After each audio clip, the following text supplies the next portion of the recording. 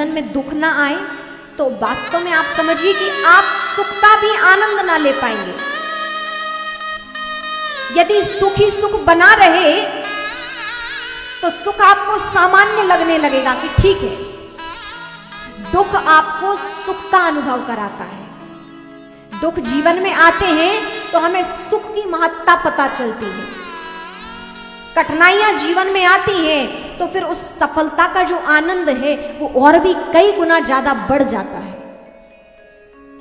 जीवन में दुख हमें हमारी प्रसन्नता को कई गुना आगे बढ़ाता है।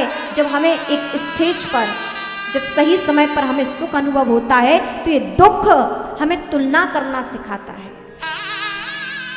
उस सुख की प्रसन्नता को कई गुना बढ़ा देता है। मान लो गर्मी बनी रहे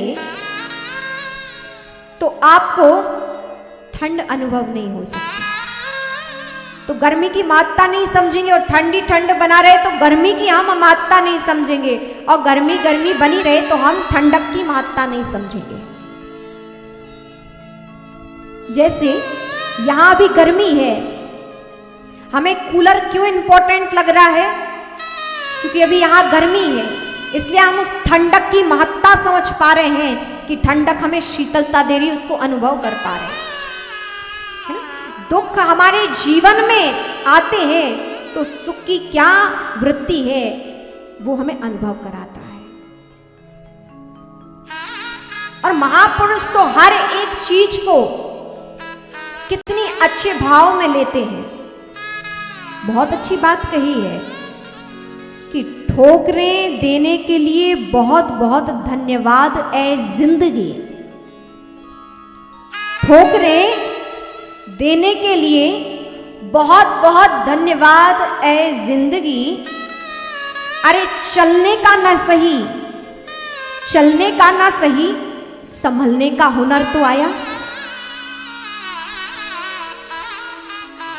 चलने का ना सही, कम से कम संभलने का हुनर तो आया। ये दुख और ये विषाद भी हमें स्थितियां दर्शाते हैं कि हम जीवन में कैसे निर्णय लें, कैसे जिए, हमने क्या अपना जीवन जिया है।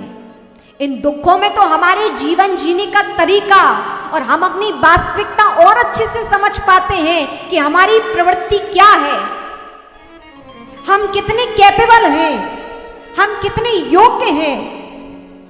अपने आप का हमें ये पर्दा दिखाई देता है, हम प्रतिबिंब अपने आप को देख पाते हैं कि हम स्थितियों को कैसे हैंडल करते हैं, स्थितियों में हम कैसे संबल प्राप्त करके उन स्थितियों को संभालते हैं। ये ठोकरें, ये दुख हमें जीवन जीना सिखाते हैं, ये हमारे जीवन को दिव्य बनाती हैं। भगवान राम राम तब तक रहे केवल